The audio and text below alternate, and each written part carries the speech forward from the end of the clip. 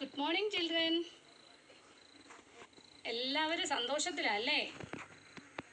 എന്താണ് സന്തോഷത്തിന് കാരണമെന്ന് ടീച്ചർ പറയട്ടെ? എല്ലാവരുടെയും മുഖത്തൊരു സന്തോഷമൊക്കെ ഉണ്ടല്ലോ.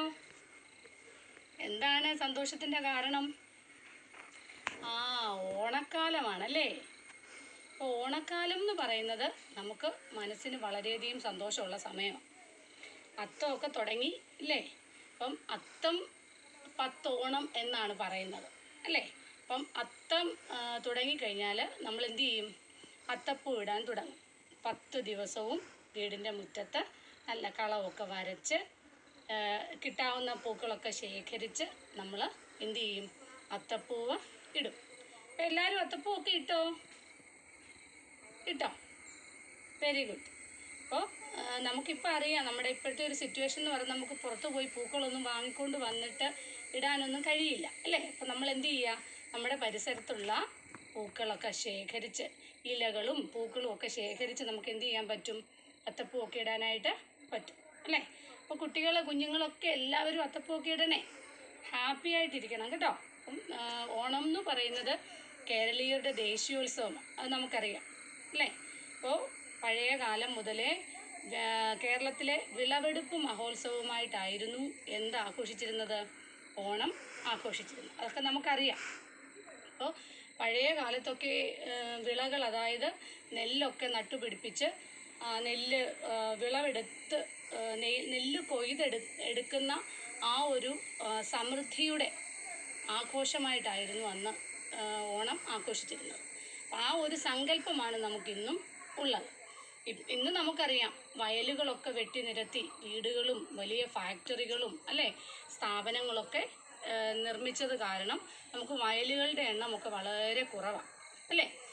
പഴയ കാലത്തെന്ന് പറഞ്ഞാൽ മിക്കവാറും ഉള്ള വീടുകളിലൊക്കെ അവർക്ക് കൃഷിസ്ഥലം, അതായത് വയലൊക്കെ ഉണ്ടാവും. അവിടെ നെൽകൃഷി ധാരാളമായിട്ടുണ്ടാവും. ഈ നെല്ലൊക്കെ നട്ടിട്ട് എന്ത് ചെയ്യുന്നറിയാമോ? അത് പാകമാവുമ്പോൾ അത് കൊയ്തെടുത്തുകൊണ്ട് വന്ന് അത് മെതിച്ച്, അന്ന് കൊയ്യാനൊക്കെ ഒത്തിരി ആളുകളെ കിട്ടും.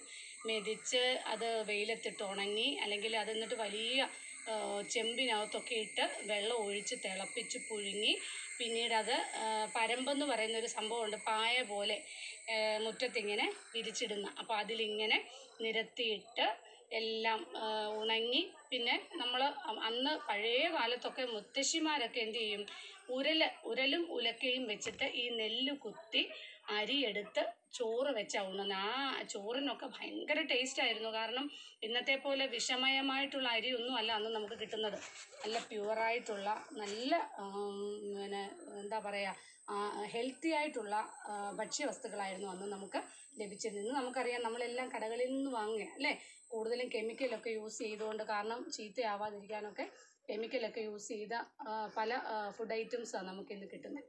അപ്പോൾ അങ്ങനെ സമൃദ്ധിയുടെ ഈ സമയത്ത് എല്ലാവരും സന്തോഷിച്ചിരിക്കുക അല്ലേ? അപ്പോൾ നമുക്കിനി ഓണക്കാലം വരാൻ പോകുന്നു. ഇപ്പോൾ ഓണത്തിന് അവധിയൊക്കെ കിട്ടുന്നുണ്ട് അല്ലേ?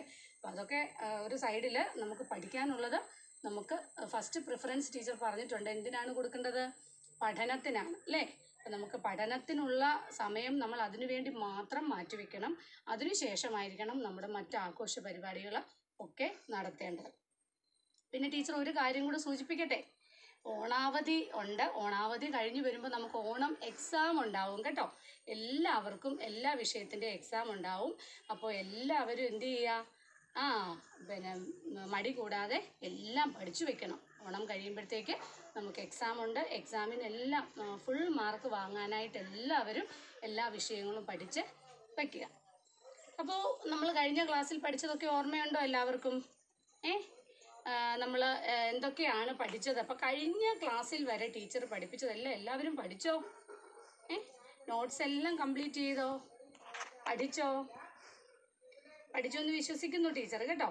അതുപോലെ ടെക്സ്റ്റ് നന്നായിട്ട് വായിക്കണം എല്ലാവരും. ടെക്സ്റ്റ് വായിക്കുന്നുണ്ടെന്നും ടീച്ചർ വിചാരിക്കുന്നുണ്ട്. അപ്പോൾ നമുക്ക് ഇന്നത്തെ ക്ലാസ്സിൽ നമുക്കിന്നിനി പഠിക്കണ്ടേ? നമുക്ക് ഇന്നത്തെ ക്ലാസ്സിലേക്ക് കടക്കാം. അപ്പോൾ എല്ലാ കുഞ്ഞുങ്ങൾക്കും നല്ല ഒരു ഓണക്കാലം, നല്ല ഒരു ഓണം ആശംസിച്ചുകൊണ്ട് നമുക്ക് ഇന്നത്തെ ക്ലാസ്സിലേക്ക് കടക്കാം. നമ്മൾ കഴിഞ്ഞ ക്ലാസ്സിൽ പഠിച്ച അക്ഷരങ്ങൾ നമുക്ക് ഒന്നുകൂടെ ഒന്ന് ഓർത്ത് വെക്കാം. ഏതൊക്കെയാണെന്ന് നോക്കിക്കേ, ടീച്ചർ എഴുതി കാണിക്കാം. ഏതൊക്കെ അക്ഷരങ്ങളായിരുന്നു നമ്മൾ പഠിച്ചത്? ആ ആ ഇ ഈ ഉ ഊ റ് എ then I. നോക്കിയേ ആ ആ ഇ ഈ ഉ ഊ റ് എ ഐ. ഇത്ര അക്ഷരങ്ങളല്ലേ നമ്മൾ പഠിച്ചത്. അടുത്ത അക്ഷരം ഏതാണെന്ന് പറയാമോ? അടുത്ത അക്ഷരം നമുക്ക് എഴുതണ്ടേ? എങ്ങനെ എഴുതുന്ന നോക്കിയേ. ഐ കഴിഞ്ഞിട്ടുള്ള അക്ഷരം ഏതാണ്? ഓ അല്ലേ? ഹിന്ദിയിൽ ഓ. ഓ എങ്ങനെ എഴുതുന്നത് നോക്കിയേ. നോക്കിക്കേ. ആ എഴുതുക നമ്മൾ ആദ്യം. ആ എഴുതിയിട്ട് ആന്ന് എഴുതുക. എന്നിട്ട് മേളിൽ എന്ത് ചെയ്യുക? ഒരു ചരിച്ച വര കൊടുക്കുക. ഇത് ഏതക്ഷരമാണ്? ഓ. ഏതക്ഷരമാണിത്? ഓ. ഓ എങ്ങനെ എഴുതുന്നത് ഒന്നുകൂടെ നോക്കിയേ. ആ എഴുതി ആന്നെഴുതി എന്നിട്ട് അതിൻ്റെ മുകളിൽ ഒരു ചരിച്ച വര. എളുപ്പമായി അക്ഷരം എഴുതാനല്ലേ? അപ്പോൾ ആ ആ ഇ ഈ ഉ ഊ റ് എ ഐ ഓ അല്ലേ? ഓ ആയി. ഇനി നമുക്ക് അടുത്ത രണ്ടക്ഷരം, അടുത്ത 4 അക്ഷരങ്ങളും വളരെ ഈസി ആയി എഴുതാനായിട്ട്. അപ്പോൾ ഓ വരെ ആയി. ഇനി നമുക്ക് അടുത്ത അക്ഷരം ഏതാണ്? ഔ. ഔ എഴുതാനും അതുപോലെ തന്നെ എളുപ്പമാണ്. നമ്മൾ ഓ എഴുതിയില്ലേ? ഓ എഴുതി വെച്ച് അതിൻ്റെ കൂടെ തന്നെ ഒരു ചരിച്ച വര അതേ തന്നെ കൊടുത്തു കഴിഞ്ഞാൽ എന്തായി? ഔ ആയി. അപ്പം ഓ എഴുതിയിട്ട് ഔ എഴുതാൻ എളുപ്പമാണ്. എന്താ നമ്മൾ ചെയ്യുക? ഓ എഴുതിയിട്ട് അതിൻ്റെ മുകളിൽ കൂടി അതേ പൊസിഷനിൽ ഒരു ചരിച്ച വരയും കൂടെ കൊടുക്കുമ്പോൾ എന്തായി? ഔ. ഇത് ഏതക്ഷരമാണ്? ഔ. എന്നോട് നോക്കിയാൽ ടീച്ചർ ഒന്നുകൂടെ എഴുതി കാണിക്കുക. ഔ ആ എഴുതി ആന്നെഴുതി മുകളിൽ ഒരു ചരിച്ച വര കൊടുത്തപ്പോൾ ഓയായി. ഇനി ഒരു ചരിച്ച വരയും കൂടെ കൊടുക്കുമ്പോൾ എന്തായി? ഔ. ഔ കഴിഞ്ഞിട്ട് അടുത്ത അക്ഷരം ഏതാണ്? അം. അം എന്ന് പറയുമ്പോൾ ആ എഴുതിയിട്ട് ആ എന്ന അക്ഷരം എഴുതി മുകളിൽ ഒരു അനുസ്വാരം. കേട്ടോ? ഈ മുകളിൽ ഒരു ഡോട്ട് കൊടുക്കുന്നതിന് നമ്മൾ എന്താ ഹിന്ദിയിൽ പറയുക? അനുസ്വാരം. എന്താ പറയുക? അനുസ്വാരം. അപ്പം അൻ എന്നാ ഇത് വായിക്കുന്നത്. എങ്ങനെ വായിക്കുന്നത്? അൻ. അങ്കൂർ. അങ്. അങ്. അപ്പോൾ നോക്കിയേ. ഓ ഔ അങ്. അടുത്ത അക്ഷരം ഏതാണ്? ആഹ. ആഹ എന്താ നമ്മൾ ചെയ്യുന്നത്? ആ എഴുതിയിട്ട് വിസർഗം കൊടുക്കുക. ഇതിനെന്താ പറയുക? വിസർഗ്. ഇതിനെന്താ പറയുന്നത്? വിസർഗ്. അപ്പോൾ ടീച്ചർ നോക്കിക്കേ. ഇന്നത്തെ ക്ലാസ്സിൽ നമ്മൾ അഹ വരെയുള്ള അക്ഷരങ്ങൾ പഠിച്ചു കഴിഞ്ഞു. നോക്കിക്കേ. അ ആ ഇ ഈ ഉ ഊ റ് എ ഐ ഓ ഔ അം അഹ. അപ്പോൾ ഇത്ര അക്ഷരങ്ങൾ പഠിച്ചോ? ഏതാണ്? അം അഹ വരെയുള്ള അക്ഷരങ്ങൾ ടീച്ചർ ഒന്നുകൂടി എഴുതി കാണിക്കട്ടെ. ശ്രദ്ധിച്ചേ. ടീച്ചർ വര ഇടുന്നില്ല, എഴുതി കാണിക്കുക. നോക്കിയേ. അ ആ ഇ ഈ. നിങ്ങൾ ഈ ശിരോരേഖ കൊടുക്കുമ്പോൾ അത് കംപ്ലീറ്റ് കൊടുക്കാൻ നമുക്ക് ആയിക്ക് ഹാഫേ കൊടുക്കത്തുള്ളൂ. ഹാഫ് കൊടുക്കുന്ന അക്ഷരങ്ങൾക്ക് ഹാഫ് കൊടുക്കുക. അല്ലാതെ ആ അക്ഷരങ്ങൾ കംപ്ലീറ്റ് 2 സൈഡിലേക്കും നീട്ടി വേണം ശിരോരേഖ കൊടുക്കാൻ. ഈ ദെൻ ഉ. ഊ അക്ഷരം കംപ്ലീറ്റ് എഴുതി കഴിഞ്ഞിട്ട് ശിരോരേഖ കൊടുക്കുകയും ചെയ്യാവുള്ളൂ. ഊ കഴിഞ്ഞിട്ട് അടുത്ത അക്ഷരം ഏതാണ്? റ്. റ് ദെൻ എ. അടുത്തത് ഐ ഓ. അടുത്തത് ഔ അം അൻ ആഹ. കണ്ടോ? അപ്പം ഇത്രയും അക്ഷരങ്ങൾ എഴുതുന്നത് എങ്ങനെയാണെന്നൊന്ന് നോക്കിക്കേ. എളുപ്പമല്ലേ? ഒന്ന് വായിച്ചേ. എല്ലാവരും ടീച്ചറിൻ്റെ കൂടെ വായിച്ചേ. അ ആ ഇ ഈ ഉ ഊ റ് എ ഐ ഓ ഔ അം അഹ. അപ്പം ഇത്രയും അക്ഷരങ്ങൾ എഴുതാൻ പ്രയാസമില്ലല്ലോ. ഇന്ന് നമ്മൾ പഠിച്ച 4 അക്ഷരവും വളരെ ഈസിയാണ് എഴുതാൻ. അതുകൊണ്ടാണ് ടീച്ചർ ഒന്നിച്ച് ഇന്നത്തെ ക്ലാസ്സിൽ അങ്ങ് തന്നത്. കാരണം പ്രയാസമൊന്നുമില്ല. നമ്മൾ ആ എഴുതുന്ന പോലെ ആയാണ് ഈ 4 അക്ഷരങ്ങളിലും കൂടുതലായിട്ട് യൂസ് ചെയ്തേക്കുന്നത്. പിന്നെ അതിൽ ചെറിയ ചെറിയ വേരിയേഷൻ ഉണ്ടാവുന്നേ ഉള്ളൂ. കണ്ടോ, ഓ എന്ന് പറയുമ്പോൾ ആ എഴുതിയിട്ട് മുകളിലൊരു ചരിച്ച വര, ഔ കൊടുക്കുമ്പോൾ ആന്ന് എഴുതിയിട്ട് മുകളിൽ 2 ചരിച്ച വര. അത് നോക്കിക്കണം, ഒരേ ഡയറക്ഷനിലാണ് അത് വരേണ്ടത്. അല്ലാതെ നമ്മളിങ്ങനെ ഔ എഴുതുമ്പോഴേ ആ എഴുതിയിട്ട് ഒന്നിങ്ങോട്ടും ഒന്നിങ്ങനെയും കൊടുക്കരുത്. ഇത് തെറ്റാ, ഈ ഒരു മെത്തേഡ് തെറ്റാണ്. അപ്പോൾ നമ്മൾ എന്ത് ചെയ്യുക, എപ്പോഴും ഒരേ ഡയറക്ഷനിൽ അത് കൊടുത്ത് വേണം എഴുതാൻ. അപ്പോൾ ഇത്രയും അക്ഷരങ്ങൾ എല്ലാവരും ഇന്ന് തന്നെ പഠിച്ച് വയ്ക്കുക, കേട്ടല്ലോ. അപ്പോൾ നമ്മൾ കഴിഞ്ഞ ക്ലാസ്സിൽ അക്ഷരങ്ങൾ ചേർത്തുള്ള വേർഡ്സ് പഠിച്ചായിരുന്നു, ഓർമ്മയില്ലേ അതെല്ലാം? ആസെ ബനെ ദോ ശബ്ദ ക്യാ ക്യാ ഹേ? ആസെ അനാർ അമരൂദ്, വെരി ഗുഡ്. देन आ से आम आइसक्रीम. देन ई से इमली इमारत. इमली का अर्थ क्या है, बोलिए? इमली टमरिंट. देन इमारत बिल्डिंग. अनार माने पोमिग्रेनेट. अमरूद माने गुआवा, वेरी गुड.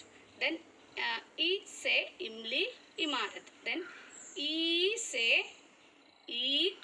ईख माने ഷുഗർ കെയിൻ. ഈസ മാനെ ജീസസ് ക്രൈസ്റ്റ്. അത്രയും വേർഡ്സ് നമ്മൾ പഠിച്ചതാണ് അല്ലേ? അപ്പം ഈ കഴിഞ്ഞിട്ട് അടുത്ത അക്ഷരം ഏതാ വരുന്നത്? ഉ. ഉ സെ ബനെ ദോ ശബ്ദ ദേഖേ. ഉ സെ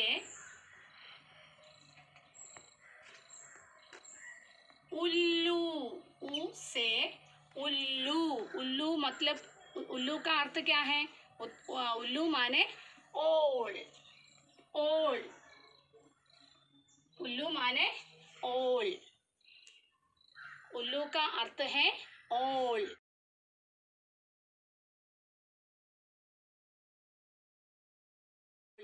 उल्लू ओल. देन उपहार. उपहार माने गिफ्ट. उपहार. उपहार माने गिफ्ट.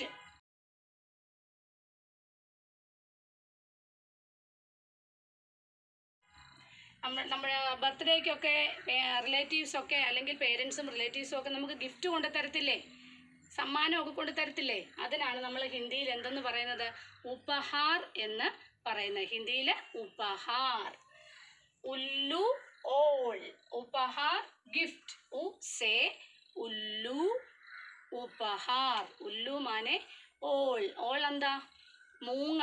മൂങ്ങയെ കണ്ടിട്ടുണ്ടോ? മൂങ്ങയാണ് ഓൾ. ഉപഹാർ മാനെ ഗിഫ്റ്റ്.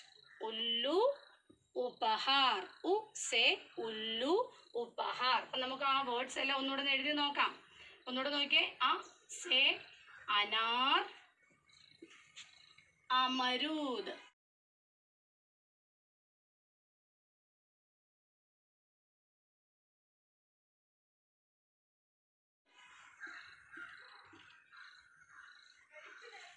आ से आम ഐസ്ക്രീം. ഇതെല്ലാം ഒന്നുകൂടെ ഇടയ്ക്കിടയ്ക്ക് പഠിച്ച് ഓറലായിട്ടൊന്ന് പഠിച്ച് പൊക്കോണം കേട്ടോ.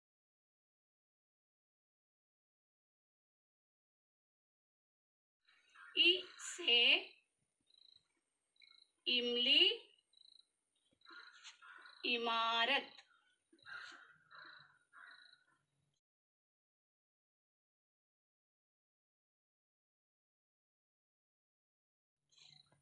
ई से ईख ईसा.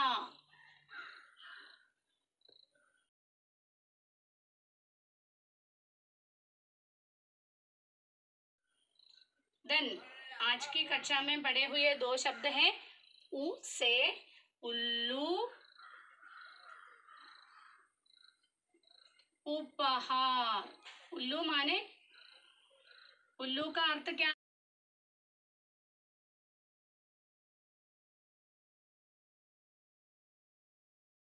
है? उल्लू ഓൾ. ഉപഹാർ മാനെ ഗിഫ്റ്റ്. അപ്പോൾ നമ്മൾ ഇന്നത്തെ ക്ലാസ്സിൽ എന്തൊക്കെയാണ് പഠിച്ചത് നോക്കിക്കേ. ആ മുതൽ ആഹ വരെയുള്ള അക്ഷരങ്ങൾ. അപ്പോൾ അതെല്ലാവരും നല്ല വൃത്തിയായിട്ട് തന്നെ ടീച്ചർ പറഞ്ഞിട്ടുണ്ട്. കറക്റ്റായിട്ട് അക്ഷരങ്ങൾ എഴുതേണ്ട രീതിയിൽ തന്നെ എഴുതി പഠിച്ചു പോകണം. അതുപോലെ ആ മുതൽ ഊ വരെയുള്ള അക്ഷരങ്ങൾ ചേർത്തുള്ള വാക്കുകളും ഇന്ന് തന്നെ എല്ലാവരും പഠിച്ചു വയ്ക്കുക. അപ്പോൾ ഇത്രയും പോർഷൻസ് പരീക്ഷയ്ക്ക് ഉണ്ടായിരിക്കും കേട്ടല്ലോ. അപ്പം നോക്കിക്കേ, അ സേ അനാർ അമരൂദ്, ആ സേ ആം ഐസ്ക്രീം, ഇ സേ ഇംലി ഇമാരത്ത്, ഈ സേ ഈഖ് ഈസ, ഉ സേ ഉല്ലു ഉപഹാർ. ഉല്ലു മാനെ ഓൾ, ഉപഹാർ മാനെ ഗിഫ്റ്റ്. അപ്പം ഡൗട്ടൊന്നും ഇല്ലല്ലോ, എല്ലാവർക്കും ഇത്രയും കാര്യങ്ങൾ ക്ലിയർ ആയല്ലോ. അപ്പം എല്ലാവരും ഇന്ന് തന്നെ ഇത്രയും കാര്യങ്ങൾ പഠിച്ചു വയ്ക്കുക. അപ്പം നമുക്ക് ഇന്നത്തെ ക്ലാസ്സിൽ കൗണ്ടിങ് പഠിക്കാം. കൗണ്ടിങ് എന്ന് പറഞ്ഞാൽ നമുക്ക് നിങ്ങൾ ഇംഗ്ലീഷിൽ കൗണ്ടിങ് പഠിച്ചിട്ടുണ്ട്, മലയാളത്തിൽ പഠിച്ചിട്ടുണ്ട്. 1, 2, 3, 4, 5, 6 നമുക്ക് ഓരോ സാധനങ്ങൾ, വസ്തുക്കൾ നമുക്ക് എണ്ണി പഠിക്കാനായിട്ട് നമ്മൾ പഠിച്ചിട്ടുണ്ട്, എണ്ണി എടുക്കാൻ പഠിച്ചിട്ടുണ്ട് അല്ലേ. അതുപോലെ ഇംഗ്ലീഷിലും പഠിച്ചിട്ടുണ്ട്. 1, 2, 3, 4, 5 അങ്ങനെ പഠിച്ചിട്ടുണ്ട്. അതുപോലെ നമുക്ക് ഹിന്ദിയിലും പഠിക്കണ്ടേ? ഹിന്ദിയിൽ പഠിക്കാം. അപ്പോൾ ये कितनी पेंसिल है, ഇതെന്താണ്? What is this? ये क्या है? यह पेंसिल है. ये क्या है? यह पेंसिल है. how many pencils are there in my hand? Say how many? there is only one pencil. there is only one pencil. so നമുക്ക് ഹിന്ദിയിൽ ഇതിനെ എന്തെന്ന് പറയാം? ഒരു പെൻസിലേ എൻ്റെ കയ്യിലുള്ളൂ. मेरे हाथ में कितनी पेंसिलें हैं? मेरे हाथ में एक पेंसिल है. एक. ഒന്നിന് എന്താണ് പഠിച്ചത്? एक. एक means one. നോക്കിക്കേ, ഗിൻതി, കൗണ്ടിങ്. അപ്പോൾ ഒന്നിന് എന്താ നമ്മൾ പഠിച്ചത്? एक. നിങ്ങൾ ഓറലായിട്ട് പഠിച്ചാൽ മതി കേട്ടോ. एक means one. मेरे हाथ में कितनी पेंसिल है? पेंसिलें हैं? केवल एक पेंसिल है. देखिए, अब मेरी हाथ में कितनी पेंसिलें हैं? अब मेरी हाथ में और how many pencils are there in my hand now? there are 2 pencils. there are 2 pencils. അപ്പോൾ 2 എന്നുള്ളതിന് ഹിന്ദിയിൽ എന്താ പറയുക? दो. how many pencils are here? कितनी पेंसिलें हैं मेरे हाथ में? 2 पेंसिलें हैं. एक पेंसिल, 2 पेंसिलें. കണ്ടോ, സിംഗുലറും പ്ലൂറലുമാണ്. ഒന്നിന് നമ്മൾ സിംഗുലർ, ഒന്നേ ഉള്ളെങ്കിൽ സിംഗുലർ പറയും, ഒന്നിലധികം ഉണ്ടെങ്കിൽ പ്ലൂറൽ എന്ന് പറയും അല്ലേ. ഇപ്പം एक पेंसिल, 2 पेंसिलें, एक पेंसिल, 2 पेंसिलें. കണ്ടോ, അപ്പം 2 എന്താ പറയുക? 2 pencils അല്ലേ. 2 पेंसिलें हैं. there are 2 pencils in my hand. listen. तो ये कितना है? 1. then अब 2. then देखिए, अब मेरे हाथ में कितनी पेंसिलें हैं? 1, 2, 3 പെൻസിൽ ഉണ്ടല്ലേ, 3 പെൻസിൽസ്. അപ്പം 3-ന് എന്താ പറയുക? 3. എന്താ പറയുക? 3. 1, 2, 3. how many pencils are there in my hand? there are 3 pencils. അപ്പോൾ എന്താ നമ്മൾ പറയുന്നത്? मेरे हाथ में 3 पेंसिलें हैं. 3 पेंसिलें. അപ്പോൾ 3-ന് എന്താ പറയുക? 3. അപ്പം നമ്മൾ 3 വരെ എണ്ണാൻ പഠിച്ചില്ലേ? ഒന്നുകൂടെ ഒന്ന് പറഞ്ഞു നോക്കിക്കേ. 3 വരെ എങ്ങനെ എണ്ണുന്നത്? देखिए, 1, 2, 3. 1, 2, 3. 1, 2, 3. പഠിച്ചില്ലേ? 3. അപ്പോൾ എങ്ങനെയാ പറയാ? 1, 2, 3. അതുപോലെ നമ്മൾ എങ്ങനെ പറയും? 1, 2, 3. then देखिए, अब मेरी हाथ में कितने पेंसिल हैं? how many pencils are there in my hand now? there are 4 pencils. 4. 4-ന് എന്താ പറയാ? 1 2 3 4. എന്താ പറയാ? 4. 1 2 3 4. 4-ന് എന്താ പറയാ ഹിന്ദിയില്? 4.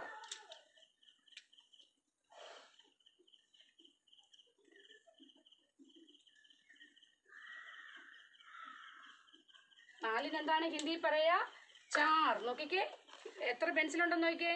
1 2 3 4. How many pencils are there in my hand? There are 4 pencils. So we say how is it say in Hindi? 4 पेंसिलें हैं. 1 2 3 4. പഠിച്ചില്ലേ 4 വരെ? Then देखिए अब मेरे हाथ में कितनी पेंसिलें हैं बोलिए. हाँ, देखिए, गिनती करो. 1 2 3 4 5. കണ്ടോ? 5-ന് എന്താ പറയാ? 5-ന് എന്താ പറയാ? 5. 5 नंबर की और 5 अंक की एक वस्तु है हमारी एक हाथ की उंगलियां. हाउ मेनी उंगलियां? सॉरी, कितनी उंगलियां मेरे हाथ में? मेरी एक हाथ में 5 उंगलियां है. 1 2 3 4 5. 5 उंगलियां. उंगली मीन्स ഫിംഗേഴ്സ് ആണേ. അപ്പൊ നോക്കിക്കേ, എന്താ 5-ന് എന്താ പറയാ ഹിന്ദിയില്? 5.